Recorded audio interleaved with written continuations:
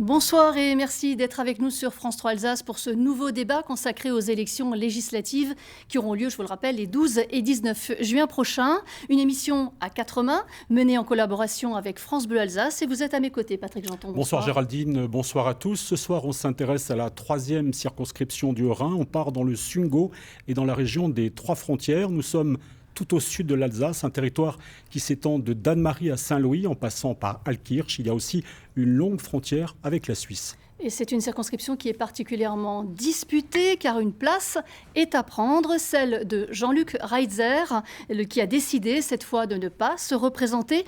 Le député Les Républicains fut longtemps maire d'Altkirch. Il était élu à l'Assemblée nationale sans interruption depuis 1988. C'est donc une page qui se tourne dans cette circonscription du Haut-Rhin. Et sont avec nous ce soir sur ce plateau 5 des 13 candidats engagés dans ces élections législatives. Thomas Zeller, vous êtes maire de Egenheim, candidat Les Républicains, UDI. Bonsoir. Également en lice, Didier Lemaire, bonsoir. Vous êtes adjoint au maire d'Altkirch et investi par Ensemble pour la majorité présidentielle. Bonsoir. Priscille Silva, avec nous également, candidate d'Union de la gauche, de la NUPES. Vous êtes membre de la France Insoumise. Bonsoir. Bonsoir. Christian Zimmermann, vous êtes le candidat du Rassemblement national sur cette troisième circonscription du Haut-Rhin. Bienvenue. Bonsoir. Patrick Streby, candidat indépendant, macroniste la dernière fois, mais sans l'investiture du parti présidentiel cette fois-ci. Bonsoir. Bonsoir. Et puis 8 autres candidats se présentent dans cette circonscription. Les voici par ordre alphabétique. Jérôme Ferry pour Lutte ouvrière, Simone Fischer, Debout la France, Jean-Luc Johanneck d'Hiver, Louise Koenig, Parti animaliste, Sandrine Noël, Reconquête, Marc-Thierry Stutzmann, écologiste, Antoine Wechter, mouvement écologiste indépendant, Jean-Denis Tselet, Unserland. On va commencer avec vous par un tour de table sur les forces en présence. Je commence avec vous, Frédéric Streby. Patrick Streby. Pardon, je vais y arriver. Patrick, on va préciser, Frédéric était votre papa, et voilà. Pourquoi parfois on se trompe. Patrick Streby, je commence par vous parce que vous étiez au second tour en 2017. On va voir les résultats de ces législatives de 2017 face à Jean-Luc Reitzer. Alors vous ne l'avez pas emporté, mais vous étiez, cela dit, en légère tête au premier tour, macroniste de la première heure il y a 5 ans. Là, le parti présidentiel, finalement, n'a pas voulu de vous. Qu'est-ce qui se passe ? Enfin, force est de constater que j'ai déposé ma candidature, que j'ai annoncé ma candidature bien avant les décisions des états-majors. Moi, j'ai voulu m'affranchir de la tambouille politicienne des états-majors parisiens. Je suis candidat sous l'étiquette de la majorité présidentielle. Ça, c'est votre choix, c'est mon choix, c'est mon positionnement. Je dis clairement qui je vais soutenir si je suis élu. Je soutiendrai la politique du président de la République, mais je resterai libre. Mais ne pas avoir cette investiture, c'est dur à accepter. Vous savez pourquoi ? Non, ce qui est dur à accepter, c'est que le fonctionnement interne des partis politiques de la majorité présidentielle ne correspond pas à, je dirais, à l'éthique politique qu'on a prêchée en 2016. Ça, c'est ce qui est difficile à accepter. Mais sinon, je travaille le terrain depuis 5 ans. J'ai fait toute la campagne d'Emmanuel Macron au cours des 3 derniers mois avec un certain succès sur notre secteur. Vous y allez au nom d'Emmanuel Macron, mais lui ne veut pas de vous. J'y vais simplement, j'annonce simplement qui je vais soutenir, quel sera mon positionnement si je siège au sein de l'Assemblée nationale. Et en plus de ce positionnement-là, je serai libre de parler au nom de ma circonscription, de défendre les dossiers de ma circonscription. Je n'ai pas signé de contrat avec un micro-parti de la majorité. Je suis simplement là pour défendre les intérêts de ma circonscription et défendre mes idées au niveau national. À vos côtés, Didier Lemaire. Didier Lemaire, c'est vous le candidat de la majorité présidentielle, le vrai candidat de la majorité présidentielle. Exactement. Il y a eu des hésitations, puisque le nom du maire d'Altkirch, Nicolas Jander, a été annoncé dans un premier temps. On a dit le candidat de la majorité dans cette circonscription, ce sera le maire d'Altkirch. Et finalement, c'est vous, monsieur le maire, et non le maire d'Altkirch qui a été désigné. C'est un vrai cafouillage qui a duré plus de 2 jours. Alors, c'est bien ça, et je vous remercie d'ailleurs de me poser la question. Ça va me permettre d'éclaircir les choses, tant sur ce petit, cafouillage qui n'est pas très grave, et également sur la candidature de Patrick Streby. Concernant ce petit cafouillage, c'est vrai que c'est arrivé à Paris, puisque le maire d'Altkirch, c'est Nicolas Jander, et le maire d'Altkirch, c'est moi, Didier Lemaire. Alors, il n'y a pas qu'à Paris où ils arrivent à se tromper. Non, c'est un bon parti, le parti d'Emmanuel Macron. On peut penser que vous êtes bien organisé et qu'on n'arrive pas à de tels cafouillages. Non, mais tout simplement, localement, Il arrive aussi que les gens se trompent. En tout cas, moi, c'est toujours une fierté pour moi quand on me compare à Nicolas Gendaire. Et ça nous arrive aussi également. Maintenant, ce qui est de la candidature officielle du parti majorité présidentielle, les règles étaient connues et étaient claires à l'échelle nationale. C'est-à-dire qu'il y a plusieurs partis. Il s'avère que la 3e circonscription du Haut-Rhin a été gagnée par Édouard Philippe, lui-même ancien Premier ministre, pour le parti Horizon. Et il a souhaité, et c'est avec honneur que j'ai accepté, que j'ai l'investiture pour cette circonscription. À partir de là, il n'y avait pas de surprise, c'était la règle du jeu. Si je n'avais pas dû avoir l'investiture, je ne serais pas parti aux législatives et j'aurais soutenu celui ou celle qui aurait été retenu. Mais je voulais juste préciser un mot concernant Patrick Strybie qui, depuis maintenant quelques années, évolue à Huningue dans le pays des 3 frontières et qui gagne pas d'élection. Certes, c'est une chose. Vous étiez déjà candidat sous votre nom à une élection, monsieur le maire ? Monsieur Strybie, je vais juste vous répondre, je vous assure, ça va aller. Simplement, on ne peut pas, à chaque fois que l'on perd une élection, quoi qu'il arrive, tambouriner comme un enfant gâté et dire j'arrête la politique, les gens ne l'ont pas compris, ça consiste aussi à ce que derrière vous êtes décrédibilisé. Et derrière, si vous permettez, à un moment donné, je crois que ça demande de l'humilité et pas des problèmes d'ego lorsqu'on défend. Je vais vous interrompre, mais on a l'impression, à vous écouter, Didier Lemaire, que c'est Paris qui décide finalement. C'est ça. C'est plus le terrain comme avant. C'est Paris qui dit cette circonscription, elle est aux Républicains ou elle est à Horizon. C'est le sentiment que donne. On est sur une élection législative, c'est-à-dire une élection nationale. Donc bien évidemment, il y a l'homme sur le terrain que l'on choisit, mais bien évidemment, il ne faut pas mentir aux gens. Et il y a également un parti politique qui est national. Donc l'un dans l'autre, il n'y a rien de surprenant, mais c'est vrai, je crois, pour l'ensemble des partis politiques. Par contre, ce qui me paraît important, c'est pas de travestir la vérité. À un moment donné, le candidat officiel de la majorité présidentielle, vous l'avez compris, j'ai été désigné.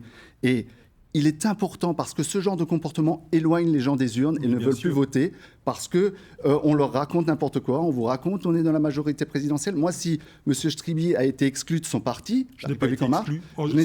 C'est bien de m'en informer, je n'ai pas été exclu. J'ai lu ça dans les colonnes de l'Alsace. Vous avez de la chance. Moi, j'ai une décision apparemment du bureau exécutif à Paris. C'est très bien. Vous voyez, encore, c'est le parisianisme, les états-majors. Ce n'est pas de ma faute, vous voyez.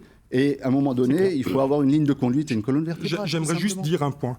Je reconnais et je respecte totalement les convictions politiques de M. le maire qui datent de 3 semaines et je salue son engagement militant sur le terrain qui date de la semaine dernière.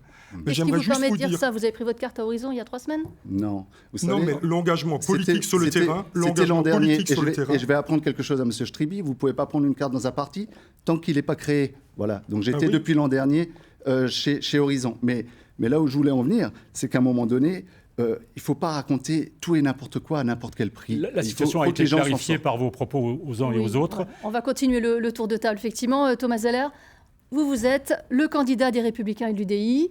Vous êtes d'une certaine manière l'héritier désigné de Jean-Luc Reitzer, qui a dit qu'il soutiendrait le candidat gaulliste, m'a-t-il dit lors d'une interview. Est-ce que c'est un handicap finalement de ne pas être d'Altkirch ? Ah non, pas du tout. Donc je suis effectivement le candidat désigné par les Républicains et l'UDI pour notre circonscription. Ce n'est pas du tout un handicap de ne pas être d'Altkirch. C'est un peu une provocation, mais c'est vrai que ça a été traditionnellement le barycentre de la circonscription. Le député sortant disait toujours que c'est très important que le député soit du single et d'Altkirch. C'est pas du tout un handicap et au contraire, puisqu'en plus j'ai la chance d'avoir le soutien de Jean-Luc Reitzer et qu'il soit à nos côtés et à mes côtés pendant cette campagne. Et le Sundgau et le secteur d'Altkirch, je le connais très bien pour le parcourir professionnellement depuis quelques années, donc je connais très bien la circonscription. Vous avez en face de vous une opposition divisée, c'est plutôt bon pour vous ça ? Je ne sais pas si c'est bon ou mauvais. En tout cas, nous, sur la ligne des Républicains, au moins, on a une ligne claire, on a un candidat clair et désigné, et un sortant qui nous aide et qui est avec nous. Alors un petit handicap, c'est peut-être l'élection présidentielle. Le score de Valérie Pécresse dans cette circonscription est en dessous de 5%. C'est pas terrible, c'est difficile peut-être derrière d'être candidat aux législatives sur le même parti, sur la même étiquette. Ce n'est pas difficile. On a un territoire de droite traditionnellement ancré à droite avec nos valeurs. On a des habitants de la circonscription qui reconnaissent ces valeurs, qui reconnaissent nos valeurs du parti. Il est vrai que lors de l'élection présidentielle, la candidate du parti a fait un faible score. On passe maintenant à une autre élection, à une élection d'hommes de terrain, d'hommes de circonscription qui connaissent ces dossiers, qui connaissent le territoire, qui connaissent les habitants. Donc c'est totalement une autre élection. Pourquoi ce faible score? C'est parce que les gens rejettent les Républicains, le parti Les Républicains aujourd'hui? Alors, le parti n'est pas rejeté. C'était une élection à forte dominante, soit pro-président Macron, soit un rejet du président Macron. Et il y a eu plus un vote utile, soit pour le président, soit contre le président. Au vu du nombre de candidats, malheureusement, c'est ma famille politique qui en a payé les pots. Je voulais juste préciser, je Monsieur le m'excuse, maire. parce que vous parliez d'opposition. L'opposition, ce n'est pas la majorité présidentielle. Je pense que ça, tout le monde l'a bien compris.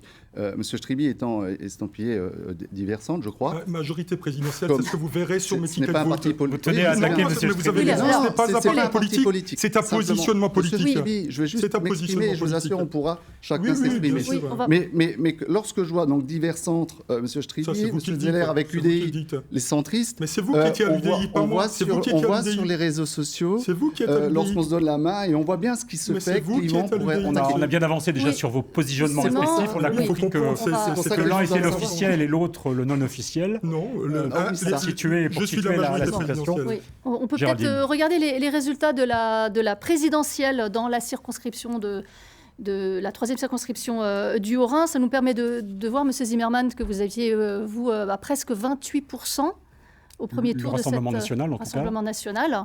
Voilà, vous avez senti l'aubaine, là, dans cette circonscription, parce que finalement, vous quittez Nobrizac pour venir labourer les terres du Sungo.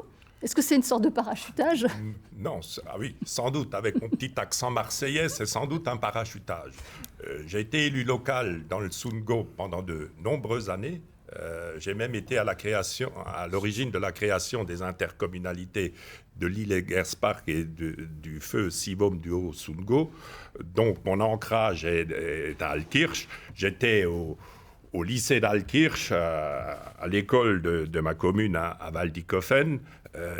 Je suis né à Altkirch, Voilà, ma fille est née à Altkirch et mon Mais épouse est née à territoire Altkirch. Donc je était- n'ai pas Votre territoire politique était quand même plutôt sur Professionnellement, le nord du Haut-Rhin.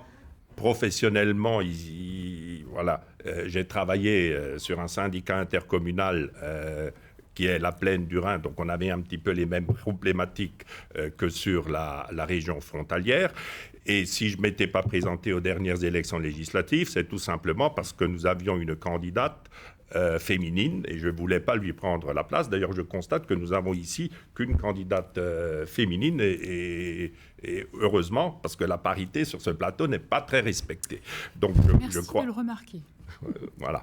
Je voulais quand même le dire. Donc, c'est pour toutes ces raisons que je ne m'étais pas présenté à l'époque dans le Sungo. Mais bon, là, vous sentez quand même que comme Jean-Luc Reiser s'en va, il y a un appel d'air d'une certaine manière, non? Ben oui, actuellement je fais campagne. C'est vrai qu'il y a un mécontentement des élus, de l'action des élus. Parce que nous avons quand même un certain nombre de problématiques et au lieu de parler des divisions, là, On va entend les évoquer, entre Zeller, monsieur nous avons des Zimmermann. problématiques de services publics, de mobilité, et je voudrais quand même qu'on parle de ces problèmes de pouvoir d'achat. On en discutera C'est peut-être prévu. avec madame. C'est quand même des choses qui intéressent en premier lieu nos concitoyens et pas ces petites bagarres, je regrette, d'élus entre... Parce qu'en fin de compte, à la fin, ils seront quand même tous ensemble. C'est vrai. Je me retourne vers 20h02. Monsieur Stribby, je me retourne vers Priscille Silva, votre voisine. Jean-Luc Mélenchon a fait son plus mauvais score, on l'a vu tout à l'heure, dans le Haut-Rhin, dans cette 3e circonscription. A priori, ce n'est pas gagné pour la gauche et les Insoumis. C'est un peu une terre de mission, cette 3e circonscription. Ce Sungo qui vote depuis très longtemps à droite. Oui, c'est vrai que c'est pas facile, c'est pas évident, mais c'est pas pour autant qu'il ne faut rien faire. Au contraire, et c'est pour ça que je suis là. Pour être là, pour porter le courage de ceux qui ne sont pas écoutés dans cette société et dans cette circonscription. Alors oui, Monsieur Zimmermann l'a fait remarquer, je suis la seule femme sur ce plateau aujourd'hui. Je suis la seule personne de couleur sur ce plateau aujourd'hui. Et je suis la seule personne de gauche sur ce plateau aujourd'hui. C'est quand même assez révélateur, n'est-ce pas? C'est révélateur de quoi, madame? Dites-moi, à votre avis. Je ne sais pas que vous êtes la seule personne de gauche. Je pense que c'est ce territoire qui a élu Jean-Luc Reiser depuis 1988, qui fait qu'il y a beaucoup de candidats à droite et peut-être même à gauche. Puis il y a une union de la gauche que vous avez souligné tout à l'heure, madame. Les 4 personnes qui sont autour de moi, ce sont pour moi 4 variants de la même souche politique, puisque M. Zimmermann, avant d'être au RN, était du côté du parti politique de droite. Donc pour moi, c'est exactement la même chose. Est-ce que vous représentez, et moi, je suis la seule, une sorte de nouvelle génération, de nouveaux visages dans la politique? C'est votre c'est votre coup d'essai finalement. Tout à fait. Voilà. Il faut bien commencer par un début. Ces messieurs-là ont aussi un jour démarré, n'est-ce pas? Donc oui, moi je suis un peu plus jeune, mais ça n'empêche que je représente une classe populaire, la classe que certainement ces messieurs ne regardent pas, n'écoutent pas, n'entendent pas. C'est vous qui le dites. Bien sûr que si. Ouais. Et donc oui, moi je suis là pour cette Vous n'avez pas le monopole du cœur, en tout cas. Alors, je vais me permettre de parler puisqu'on m'a laissé la parole au bout de 10 minutes seulement. On vous écoute, pour Sylvain, tout le monde aura la parole. Voilà. Il faut bien faire un tour de table à un moment donné. Terminez vos propos, madame Sylvain. Je vous en prie, monsieur Stribby. Donc voilà, oui, je suis cette alternative-là contre ces personnes-là qui sont finalement, pour moi, la même chose. On va commencer par un premier thème. Vous avez parlé de personnes plus démunies, vous voulez les défendre. On vous propose d'échanger autour des mesures que vous proposeriez en faveur de l'emploi. L'emploi dans une circonscription qui est fortement marquée par le travail frontalier. Plus de 30 000 personnes traversent chaque jour la frontière pour aller travailler en Suisse. On peut regarder cette carte d'identité du Haut-Rhin, presque 127 000 habitants, un taux de chômage de 5,8 qui est inférieur à la moyenne du Haut-Rhin, un revenu médian à peu près dans la moyenne et un taux de pauvreté de 9,1% contre 13% dans le Haut-Rhin. Donc c'est une région, on pourrait se dire, il n'y a pas forcément trop de gens démunis, mais il y a un déséquilibre finalement qui est lié à ces emplois frontaliers qui sont une aubaine, Thomas Zeller, pour les habitants de la circonscription. Alors, il est clair que nous bénéficions de l'avantage des frontières. Malheureusement, tous les habitants de notre circonscription n'en profitent pas ou n'en bénéficient pas ou n'ont pas envie d'aller travailler de l'autre côté de la frontière. Il y a aussi beaucoup de personnes qui font le choix de travailler côté français. La circonscription a 4 secteurs. On a vraiment 2 secteurs proches frontières avec la Suisse allemande, la Suisse française. Et on a tout le nord de la circonscription qui est plus proche de Mulhouse ou du territoire de Belfort, comme vous l'avez dit au départ. Et malheureusement, tout le monde ne passe pas. N'a pas les revenus que peuvent avoir des frontaliers. Et c'est également une partie de la population qu'il va falloir aider lorsqu'elles en ont besoin à la recherche d'emploi. Ces frontaliers, c'est un plus pour cette circonscription, c'est de l'argent qui arrive, c'est des artisans qui peuvent travailler. Qu'est-ce que ça apporte à cette circonscription ? Notre circonscription bénéficie de l'apport de ces frontaliers qui ont un niveau de revenu aisé. Ça fait travailler nos artisans, ça fait travailler beaucoup d'entreprises localement, qui permet d'apporter un vrai vivier d'emploi sur le secteur. Et comme dit, tout le monde n'en bénéficie pas. On a quand même, malgré un fort taux de chômage qui est très bas chez nous, je pense que tous les candidats autour de la table rencontrent des chefs d'entreprise, des artisans qui n'arrêtent pas de répéter qu'ils ne peuvent pas embaucher, qu'ils ne trouvent personne, malgré un taux de chômage qui reste. Priscille Silva, sur ce domaine des frontaliers, une économie un peu à 2 vitesses dans cette circonscription. L'impact des frontaliers, c'est aussi des prix de l'immobilier qui s'envolent, qui flambent, des jeunes qui ont du mal à se loger. Est-ce qu'il faut imposer davantage ces gros salaires? Quelle solution pour que ce territoire arrive à vivre de façon plus équilibrée? Alors, la solution, c'est déjà de regarder concrètement les divergences et les différences de classe sociale. C'est ce que nous faisons. Et quand on est à la rencontre... Vous parlez de revenus surtout, c'est ça? Classe sociale, vous parlez de revenus? De classe sociale en règle générale, oui. Donc les revenus, effectivement, les conditions de vie. Effectivement, quand vous allez du côté de Saint-Louis ou de Huningue, vous avez des quartiers populaires extrêmement pauvres. Et dans notre programme de la NUPES, nous proposons une garantie de seuil minimal à 1 063 €. Donc, c'est-à-dire que personne n'aura en dessous de ce seuil-là de garantie minimale. Nous proposons 1 500 € de SMIC net. En matière d'imposition, c'était aussi le sens de ma question. Est-ce qu'il faut imposer davantage ces gros salaires? C'est-à-dire que ces gens qui ont des bons salaires en Suisse payent davantage d'impôts. Est-ce que c'est une mesure que propose Jean-Luc Mélenchon, que vous proposez à la NUPES? Ça me paraît évident, oui, tout à fait. Donc ça, vous l'assumez et vous le dites à vos électeurs du Swingo qui travaillent en Suisse, on vous imposera davantage. Oui. Je voulais, si vous permettez, revenir sur 2 sujets. Bien évidemment que la Suisse et l'Allemagne, c'est un réel plus pour notre région en matière de bassin d'emploi.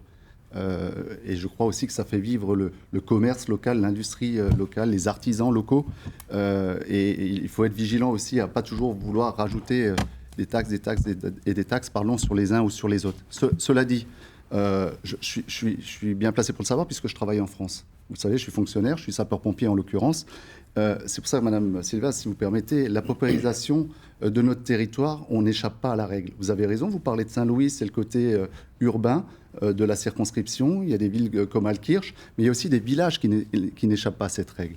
Et lorsque vous dites, vous savez, ça me touche un petit peu parce qu'à travers mon métier, moi, je suis confronté à toutes les réalités de la vie, y compris chez les gens qui gagnent bien leur vie, qui d'un coup ont des choses qui leur arrivent assez difficiles, mais également la pauvreté, la vraie. Parce que derrière les façades des maisons, des fois, on ne se rend pas compte de ce qu'il peut y avoir. Donc simplement, je voulais dire, il ne s'agit pas de diviser les uns et les autres entre Saint-Louis et le reste du territoire. Je crois qu'il faut travailler je donnais une illustration collégialement sur le On va donner la parole à Patrick Stribby. Vous êtes vous-même frontalier, on peut le Oui, je suis frontalier, j'ai travaillé en Allemagne et j'ai travaillé en France. Vous avez le sentiment de faire partie des privilégiés ou au contraire d'enrichir le territoire? Alors, les deux. Alors, en termes de revenus, évidemment que je fais partie de ceux qui gagnent le plus. Enfin, je le soupçonne au vu des statistiques. Moi, j'aimerais attirer votre attention sur un autre point qu'on n'évoque pas dans ce dossier-là, c'est le bilinguisme. C'est d'ailleurs un point qui devrait intéresser le Front National, puisqu'il est contre l'enseignement du bilinguisme en école publique. Ça a été dit par votre patronne. Et moi, j'aimerais dire que c'est la clé de voûte du travail transfrontalier et qu'on a perdu des milliers d'emplois. Et il va falloir mettre le paquet sur la formation d'enseignants dans le domaine bilingue. C'est primordial pour notre région. Je dois aussi dire, puisqu'on parle de travail transfrontalier, mettre des frontières, sortir de l'espace Schengen, interdire le flux de personnes dans une région trinationale. À mon avis, je ne suis pas prix Nobel d'économie, ça ne me paraît pas être l'idée la plus brillante pour créer de la richesse et du développement. Par contre, là où vous avez totalement raison, et ce qu'a dit M. Zeller est très juste, il ne faut pas oublier aussi, en même temps, je dirais, les entreprises du Sud-Alsace qui ont du mal à recruter. C'est important aussi, puisqu'on est dans une situation paradoxale où certaines personnes ne trouvent pas de travail et pourraient en trouver en ayant une formation linguistique meilleure, et d'autres, effectivement, qui cherchent du personnel et n'en trouvent pas, et ça crée des dégâts dans leurs entreprises. Comment faire pour ces problèmes d'emploi, Christian Zimmermann? Oui, alors, je voudrais quand même répondre à Mme Silva. Parce que taxer les frontaliers, je pense que ce n'est pas une solution. Je crois que les charges qui pèsent actuellement sur les travailleurs sont déjà assez lourdes. Ce qu'il faut taxer, c'est la politique d'Emmanuel Macron, c'est les grandes fortunes, et notamment la spéculation financière. Quand je vois l'enrichissement des plus grands patrimoines de cette manière éhontée dont Bernard Arnault et tous les grands groupes s'enrichissent, ça il faut taxer. Ce sont des taxes à faire. Quand vous aurez créé 180 000 emplois, monsieur Zimmermann, vous pourrez vous permettre ce type de remarque. Et Marine Le Pen n'est pas contre le bilinguisme. D'ailleurs, à toutes les manifestations pour la culture et la défense de la langue alsacienne, en tant que conseiller régional, j'y ai participé. Oui, vous êtes en contresens. D'ailleurs, même un député républicain, et ça a fait la une des journaux parce que je manifestais, m'a donné un coup de poing sur la figure. Voilà. Alors, il ne faut pas dire que nous ne défendons pas le bilinguisme. Oui, vous n'êtes pas en cohérence avec votre parti. Une des priorités de mon mandat de député que de défendre, parce que vous avez supprimé la politique de Macron, a supprimé les jours fériés pour les fonctionnaires que nous sommes le vendredi saint. Parce que ça c'est le résultat de votre politique. Non, en tout cas, je constate, M. Zimmermann, que vous êtes quelque part en décalage avec votre état-major, et quelque part, on est à peu près dans la même démarche. Je vous félicite, c'est très bien. Vous laisser parler. On sentait que vous acquiesciez tout à l'heure au propos de M. Zimmermann par rapport au taxer les grandes fortunes. C'est un peu une partie de la solution aujourd'hui. Ce que l'on dit depuis le départ, c'est que la France a une richesse, simplement elle n'est pas équitablement répartis. Donc là, nous prenons la répartition de la richesse. Quand on sait qu'il y a 5 personnes qui possèdent autant que 27 millions en France, on peut quand même se poser la question. Est-ce que c'est normal d'accepter ça? Aujourd'hui, moi, je trouve que ce n'est absolument pas normal. Et c'est pour ça que j'ai acquiescé, effectivement. Donc, monsieur le maire m'a repris tout à l'heure. Je suis d'accord avec lui. Il n'est pas le seul de par son métier, à avoir l'occasion de rencontrer la population. Oui, je suis aussi, moi, proche de cette population-là, bien sûr. Et je donnais simplement un exemple parce qu'effectivement, la semaine dernière, j'étais à Huningue et effectivement, j'ai eu... Voilà, des personnes qui m'ont témoigné de leur souffrance, de leur misère sociale, et que vraiment je ne peux pas tolérer ça aujourd'hui dans ce pays. Et encore moins dans cette circonscription qui est extrêmement riche. Et laissez-moi parler un petit peu, parce que je pense que là, on est quand même en présence de 4 domination masculine et ça commence à bien faire, d'accord? Je suis une femme et j'ai aussi le droit de parler autant que vous. Voilà. Et vos guéguerres internes, Madame Silva, on a un chronomètre et on essaie de donner la parole équitablement aux uns et aux autres. J'ai bien l'œil sur le indépendamment d'une domination ou pas. Voilà. On va donner la parole à Monsieur Zeller. Concrètement, je voulais revenir sur votre question de départ, sur l'emploi, sur la formation. Je pense que sur le territoire, on a parlé de cette différence entre les entreprises qui n'arrivent pas à recruter. Je vais insister sur un point essentiel, sur la formation linguistique. C'est une chose, on peut les aider à travailler de l'autre côté de la frontière, mais il faut aussi aider les entreprises à garder les emplois chez nous par de la formation. Comment on fait, alors ? Il faut former, il faut aider les gens à se former. Il y a peut-être des personnes qui ont envie de changer d'emploi, qui ont envie de changer de métier. Il faut aider ces personnes à leur donner des perspectives, à évoluer, à changer. Il faut qu'elles n'aient pas peur de changer. Peut-être que les salaires sont trop bas en Alsace par rapport à nos voisins suisses ou allemands. Même formés, est-ce qu'ils ne partiraient quand même pas de l'autre côté de la frontière ? Alors, la première étape, c'est de se former pour pouvoir trouver et compléter les offres d'emploi qui sont présentes aujourd'hui. Ensuite, bien évidemment, l'autre question, c'est de savoir comment augmenter les salaires pour répondre à la question de cette pénurie d'emplois, qui sont peut-être moins bien payés que de l'autre côté de la frontière, mais également au problème de pouvoir d'achat qu'on connaît aujourd'hui. Donc, une fois qu'on est formé, on peut espérer avoir un salaire supérieur avec la formation. Et pour avoir plus de salaire, il faut aussi inciter les entreprises, motiver les entreprises à payer les salariés plus, en allégeant les taxes, en allégeant tout ce qui est prélèvements sociaux, pour donner plus de pouvoir d'achat aux salariés et pour pouvoir tout simplement vivre plus décemment. Je vous propose de passer à une deuxième thématique pour ce débat, c'est celle de l'accès aux services publics. Quand on vous a eu au téléphone les uns et les autres pour préparer cette émission, ça avait l'air d'être quelque chose qui vous préoccupait tous. Dans ce territoire, les bureaux de poste qui ferment, les perceptions aussi, l'hôpital public qui réduit sa présence au point de fermer ponctuellement les urgences de Saint-Louis, d'Altkirch. Didier Lemaire, Altkirch est directement concerné. Que peut faire le député face à ce problème ? Mais non seulement il doit absolument se battre et ruer, si vous me permettez l'expression, ruer dans les brancards. Pourquoi ? Je vous le disais, de par mon métier, je suis désolé, voilà, je suis sapeur-pompier, je sais de quoi il en ressort. Mon épouse a travaillé plus de 12 ans au SAMU 68 et aux urgences de Mulhouse.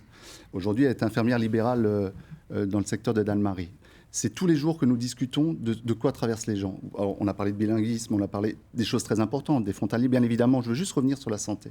On ne peut pas encore s'imaginer, en 2022, derrière les façades, aussi belles qu'elles soient, des gens qui sont seuls, qui sont dépourvus, qui n'accèdent pas aux soins. Ça, c'est une réalité. Lorsque vous avez un hôpital comme Altkirch, comme la clinique des Trois Frontières, c'est juste vital, c'est primordial dans une prise en charge. Je vais vous donner 2 exemples. Comment maintenir des médecins, justement ? Comment attirer des médecins dans ces services publics, dans ces hôpitaux que vous citez rapidement, puis on fera le tour des autres candidats. On parlait également des frontaliers. Moi, j'ai travaillé avec certains médecins urgentistes qui aujourd'hui, mais je ne leur jette pas la pierre, ils sont partis à Délémont, ils sont partis à Port-Rentruy. C'est pareil pour des infirmiers, pour des infirmières. Donc il faut remettre absolument une attractivité sur ces hôpitaux-là. Ne pas faire croire qu'on va faire des blocs opératoires à tout va. Et que... Non, mais derrière, il y a un état de fait aujourd'hui et je peux vous dire que c'est le premier maillon. Je vous donne un exemple très simple. On va vous arrêter, mais vous aurez la parole à d'autres moments. La santé, moi, on m'en parle tous les jours sur le terrain. Vous avez un gros temps d'avance. Christian Zimmermann, sur ce problème des services publics et des hôpitaux qui ferment. On va vous donner la parole, madame. Parce que ce double discours, quand on sait ce que M. Macron a fait ces dernières années avec la suppression des 18 000 lits, avec... Non, Qui a non. enlevé la Oui. pénibilité Oui. pour les infirmiers en 2008 ? C'est un certain Nicolas Sarkozy. Et ce que vous devez bien comprendre, c'est que l'hôpital Ce qui public est incroyable souffre quand même dans votre pas depuis discours, 10 ans. Monsieur le maire, Pas depuis 10 ans. c'est L'hôpital que- public, madame, c'est- souffre c'est que depuis vous n'avez- 20 ans. En fait, vous Depuis avez 20 un ans, double discours. Pas du tout. Qu'est-ce que- Exactement à Non. l'image de Je suis un homme de votre terrain, madame. Qu'est-ce que vous votre grand proposez, patron. Madame, Je suis un Madame homme de Silva, terrain, qu'est-ce que vous madame. proposez qu'on Tout arrête la simplement. fermeture C'est des depuis services 20 ans. publics C'est- en zone rurale Enfin, moi, je trouve que On le c'est. consomme Quelles sont vos propositions, On est Madame sur une Silva scène de théâtre, là, actuellement, je pense. hein. Pas tout Ici, à fait vous voulez faux, dire mais On est vraiment votre sur une place. scène de théâtre. Moi, ça m'horripile d'entendre ça. Quand on sait ce qui s'est passé avec le Les gouvernement propos de Macron. monsieur- les propos Quand de on le sait maire vous comment horripilent, les monsieur le soignants maire. ont été malmenés par votre cher président, monsieur le maire, moi je trouve ça scandaleux ce que vous dites. Vraiment. Et même si vous êtes sapeur-pompier, moi je Oui. ne comprends pas. Non, mais Juste, je donne mon métier, chacun peut donner le sien. Moi, j'ai pas honte Mais du vous- mien autour de la table, je donne le mien. Vous pouvez On est quand là même la réalité du acquiescer terrain et d'un approuver adjoint ce au que maire je dis. de la ville d'Alkirch et de vice-président en charge Très de bien. la sécurité sur la Très communauté bien. de communes Que Sungo. vous ne voulez Ce- pas rester. Que vous ne voulez pas rester. c'est du- Christian Zimmermann, sur ces problèmes Cela n'empêche d'accès que aux services votre publics. gouvernement- La réalité- Vous avez la votre parole. gouvernement Christian est à Zimmermann. l'initiative de quand cette même mettre le débâcle. point. Allez. Oui. Je voulais quand même mettre le point sur l'urgence des services de santé. Quand nous voulons un rendez-vous, ma mère voulait prendre un rendez-vous chez le cardiologue. Elle doit attendre 6 mois. Hein. On a créé un numerus clausus. Il a été enlevé. Oui, mais Qui l'a fait pour le moment, Monsieur Zimmermann, pour le qui l'a moment, il est Qui l'a fait encore Qui a- en cours. qui a agrandi le nombre Nous avons d'infirmiers, l'hôpital, d'infirmières la clinique des Trois Frontières. C'est l'ARS et votre gouvernement qui va fermer sans doute le bloc opératoire. Nous avons l'hôpital d'Alkirch où la maternité a fermé. C'est vrai que c'était le gouvernement de Xavier Bertrand. Et les urgences d'Alkirch. Sur le sujet. Nous avons les services publics de la Poste. Et là, je m'adresse à mon collègue Thomas Zeller. Vous êtes président de la commission départementale de la présence postale du Haut-Rhin. Or, le Sungo est actuellement de vivre une désertification du service postal. Déjà, la distribution est mal faite. Et pas que le Sungo, M. Pas que le Zimmermann. Sungo, Les mais Trois tu es Frontières président, aussi. Oui. La poste d'Ilfurt est en train de fermer. La poste de Ferrette est en train de fermer. Celle de Waldikofen est en train... C'est concret, M. Zimmermann, la réponse de M. Zeller par rapport à en train de... La réponse, c'est le dossier des postes, est menacée. des bureaux de La poste. réponse- Donc, il ne suffit pas... Si on me le laisse, On va vous laisser. Monsieur Zimmermann, on va donner la parole à Monsieur Zeller. Vous l'aurez chacun à votre tour ensuite. Voilà. Monsieur Zeller. Je vais répondre à M. Zimmermann. Effectivement, au sein de l'association des maires du Haut-Rhin, dont je suis un des vice-présidents, j'ai en charge la commission départementale de présence postale. C'est une commission consultative que M. Zimmermann, dont M. Zimmermann était membre jusqu'à l'année dernière, avant les élections régionales.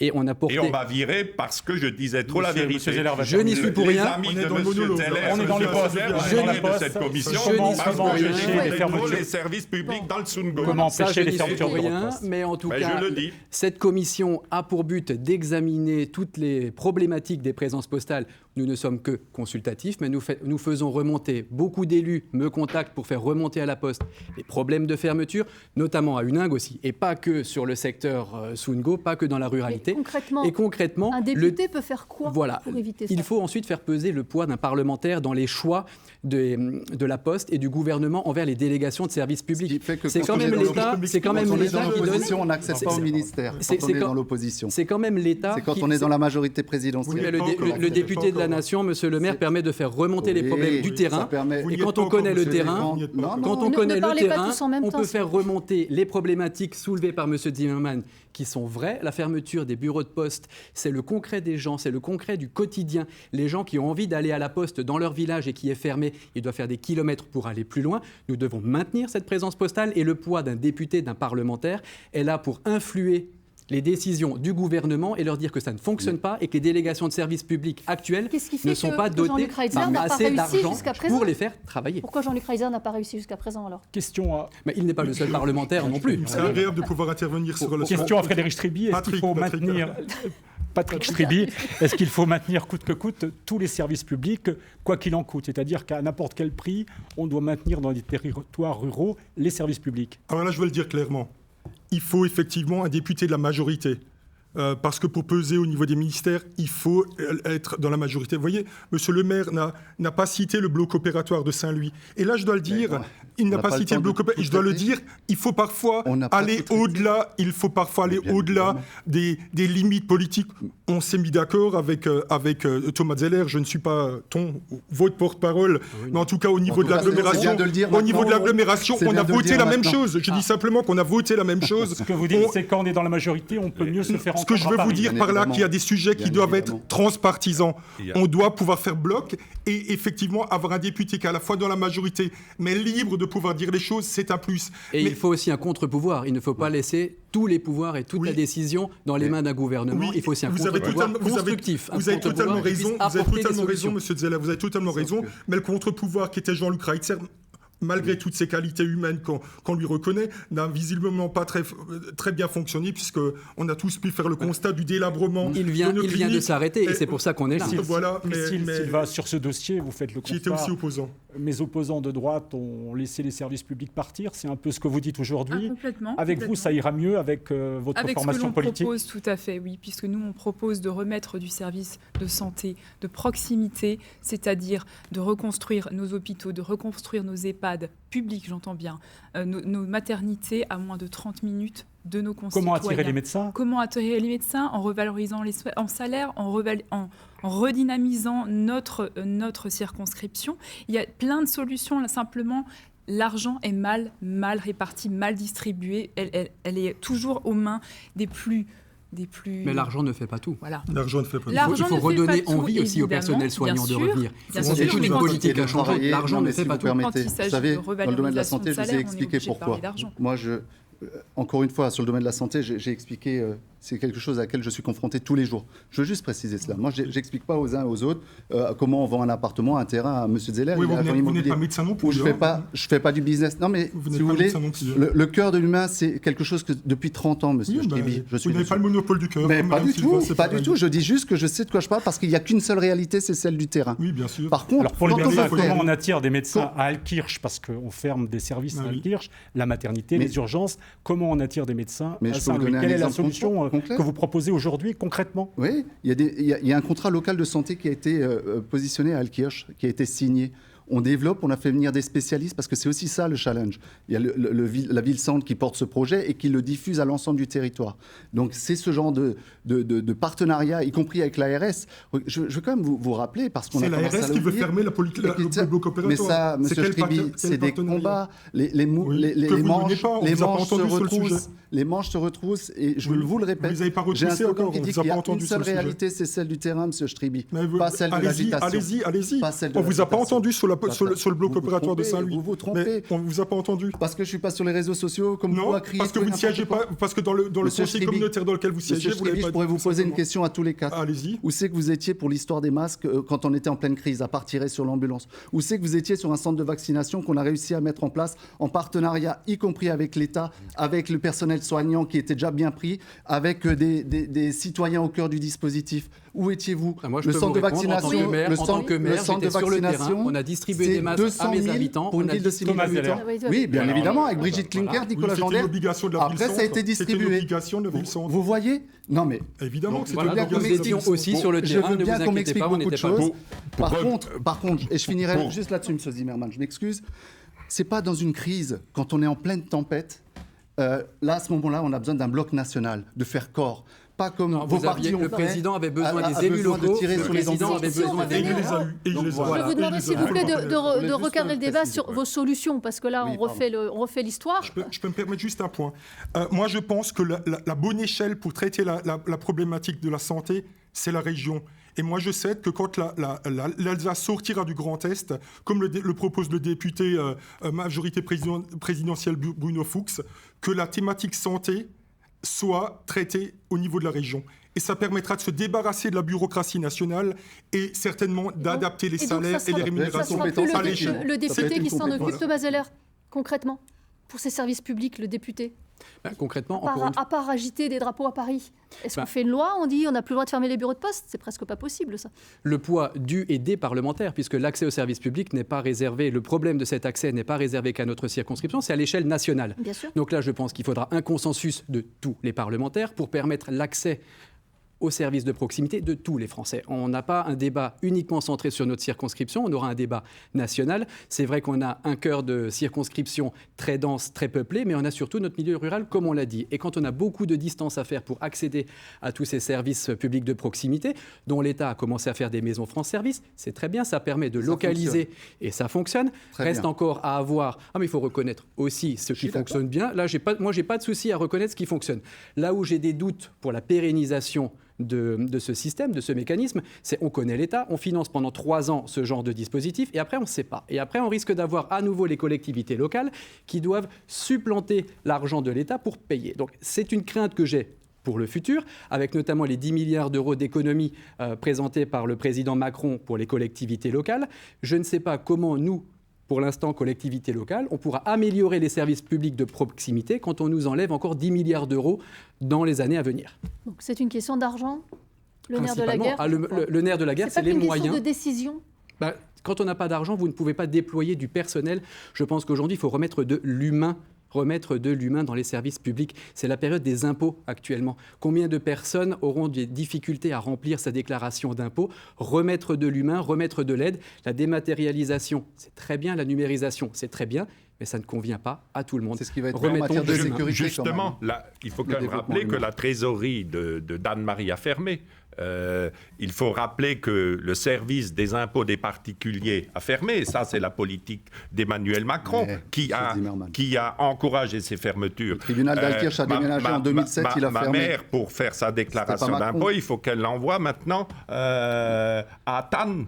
En dehors de la circonscription. L'escadron mobile qui est parti de Ferrette, c'était en 2007-2008, c'était pas Macron. Oui. Et justement, pour parler des services de sécurité, nos gendarmeries sont aussi, j'ai peur aussi, que si ça continue comme ça, comme on a détricoté le système de santé, nos gendarmeries sur nos territoires, notamment à Fétrouze ou ailleurs, seront menacées. Donc il faut un député qui tape le poing sur la table à Paris et qui dise pas que tout va bien. Tout va bien. Parlons-en de ce Nous sommes dans l'exemple que vous donnez sur la gendarmerie. Je peux vous en parler, je travaille tous les jours avec eux pour en ce qui me concerne. Les gendarmes aussi. Mais vous savez, non, je parle pas de métier. Quand vous êtes en charge de la sécurité pour 64 communes en tant que vice-président, il faut travailler. Ça vous intéresse pas la fonction, vous voulez vous en débarrasser pour les députés. Cela dit, mais M. Stribly, vous savez, il y a un adage dans mon métier qui dit la peur n'évite pas le danger, vous m'éviterez pas de m'exprimer. Sur la gendarmerie, vous avez l'impression de... Vous savez, il y avait des gendarmeries, comme vous parliez, de Fétrouze, de Dan-Marie, de Saint-Louis, d'Argental et ce genre de choses. Il y a aussi des communautés de brigades. Qu'est-ce qui s'est passé jusqu'à présent? On faisait 2 brigades ensemble, un territoire plus grand, pas plus de matériel, pas plus d'hommes. Là, c'est prévu de renforcer tous ces moyens-là. Je vous donne un dernier exemple. Vous aviez 5 ans. On va en rester là, monsieur le maire. On va rester là au niveau des exemples. La parole à madame sur ces services publics qui s'en vont, j'y reviens. Les gendarmeries qui ferment, les regroupements aussi. On peut parler des gares qui ferment, on peut parler de la gare de Val-Dieu, de la gare de Tagolsheim, de toutes ces gares qui ferment, on n'en a pas parlé. Ballersdorf, la gare de Ballersdorf qui ferme. Qu'est-ce qu'on fait pour ces gens-là qui doivent toujours utiliser leur véhicule alors qu'on est dans une urgence climatique et écologique? C'est marrant parce que c'est un sujet qu'on n'aborde absolument pas sur ce plateau, alors qu'on est quand même... prévu le 3e, il nous reste 2 minutes 18. Oui, évidemment, il reste 2 minutes. Voilà, et donc moi je vais en parler de ce point-là. Puisque qu'est-ce qu'on fait? Oui, c'est très important. Oui. Je suis contente de vous l'entendre dire, monsieur le maire, sachant que votre cher président a été condamné pour inaction climatique. C'est une ligne que c'est une catastrophe. Vous, mais pas celui que vous représentez, malheureusement. Je peux en parler et sur les transports. Je peux me permettre d'intervenir sur la problématique de la mobilité. Moi, je pense qu'on peut parler de mobilité, mais on n'oubliera jamais que l'axe qui est le plus important à refaire, c'est aussi le routier. Il ne faut pas oublier le routier, il faut les deux, la mobilité douce et le routier. Et l'axe Taxdorf et Zinc doit passer très rapidement la Aurich-Strauss. Il faut du désenclavement. Il faut du désenclavement, il faut lancer les études. Et moi, je me mobiliserai pour que l'État... La compétence vienne en complément des collectivités. Est au Conseil régional. Et la compétence transport est au Conseil régional. Les routes, c'est la CEA. Coller des logos Grand Est sur les bus, on ne fait pas grand-chose. Les routes, c'est la CEA. Mais la CEA, je parle sur le contrôle. Je parle maintenant du transport de bus. Ce qu'il faut faire, c'est une ligne de bus entre Hirzing, Waldikofen et Saint-Louis. Mais C'est vous êtes- aussi une vous technique. S'il vous plaît, s'il vous plaît. Chaque fois que je défends ce dossier, chaque fois que je défends des s'il vous dossiers, plaît. M. Rotner Oui, on est recale loin, le dossier. on est loin du Parce que débat le des Grand députés, Est est s'il vous plaît. un espèce Et surtout, de on est loin fromage où tout le monde se de l'urgence sert, climatique tout le monde évoquée se par Madame sert, Sylvain. Oui, s'il vous sauf plaît. notre territoire. S'il vous plaît, Je vois M. Zimmermann, il reste 45 je secondes souris d'émission, quand même. donc On est je quand même vais loin de devoir... Je l'urgence souris. climatique, qui est un dossier qu'on n'aura pas le temps d'aborder. Je souris malheureusement. quand même doucement puisque je suis la seule à avoir abordé ce sujet. Et puis je souris doucement aussi parce que je suis la seule à avoir pris le train et le tram pour venir, alors que ces messieurs évidemment, sont venus avec leur belle voiture pour se rendre sur ce plateau pour faire un aller-retour. Il y a une Logan. Voilà. Non, alors, de la il y a une fin, Logan, s'il c'est vous plaît. simplement ça que je Ça voulais sera le mot de la préciser. fin. Je vous Électrique, remercie à voilà. tous pour Voilà. votre participation à ce débat. Je suis obligée de vous couper. Merci à vous aussi de nous Merci, avoir merci suivis. à Je vous vous. rappelle que le premier tour de ces élections législatives aura lieu le 12 juin prochain. Et très belle soirée sur France 3.